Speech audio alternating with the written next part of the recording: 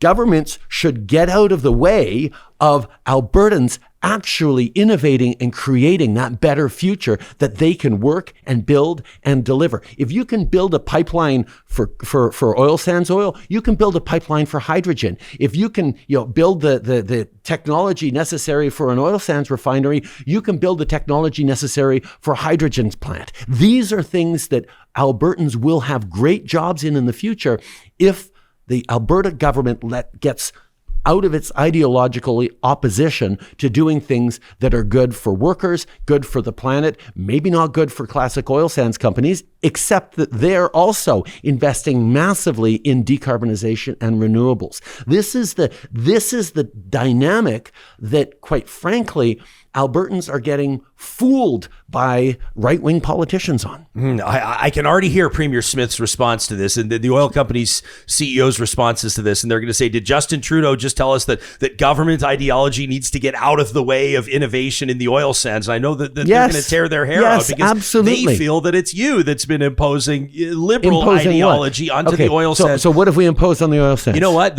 We got literally dozens, if not hundreds of questions people wanted us to ask you. And a lot of people working in traditional oil and gas still don't believe. As much as you pound on this table, as much as you talk about the personal political risk that you took investing in TMX, they don't feel like you've had the industry's back. They don't feel like you've had Alberta's back. And I don't think the oil industry has had the back of the oil sands workers.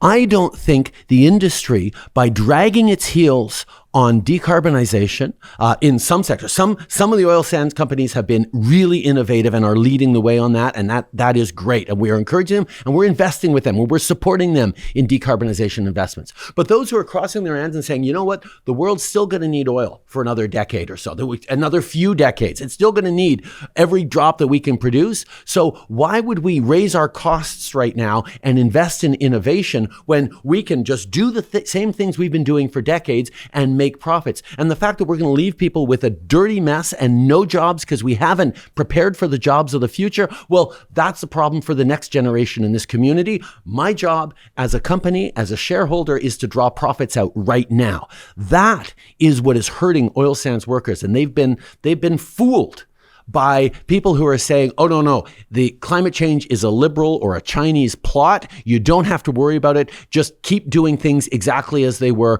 a decade ago, 2 decades ago. That's not preparing for the future that Albertans, like all Canadians, know is changing.